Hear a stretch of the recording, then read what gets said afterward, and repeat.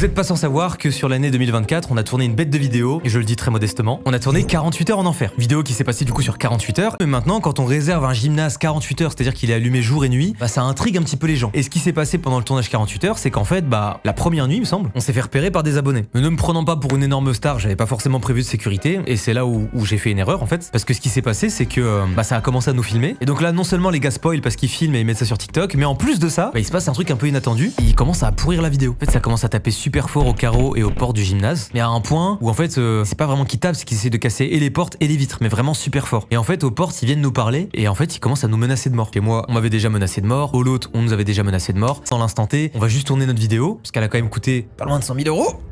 Et parce que bah c'est pas le but de rentrer dans leur jeu, seulement bah ils tapent fort quoi. Et en fait on commence à se dire mais imagine ils pètent une vitre, on doit couper la vidéo et y a pas de vidéo tu vois. Et en fait ils ont fait ça toute la nuit et ils sont revenus le lendemain après-midi et comme ils étaient de plus en plus nombreux parce que du coup après le mot se passe et les gens disent bah ils sont en train de tourner là-bas et tout. Ce qui s'est passé c'est que on a été obligé d'appeler de la sécurité et pour se faire évacuer à la fin de cette vidéo on a dû partir en fourgonnette. Tout ça est filmé, il y a des rushs de quand on a des menaces de mort et tout, je vous montre tout en fin de vidéo. À moins que ce soit l'anecdote fausse.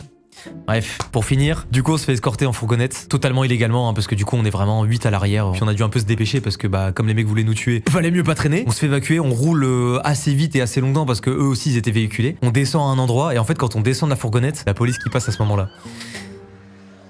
Illégal hein, de rouler à 8 dans une fourgonnette, du coup la police arrive, gyrophare, ils disent qu'est-ce que vous faites, on leur explique la situation et heureusement ils reconnaissent Michou dans le lot et ils nous disent c'est bon on a compris, vous ne mentez pas, vous pouvez circuler. Et voilà, c'est la fin de cette anecdote.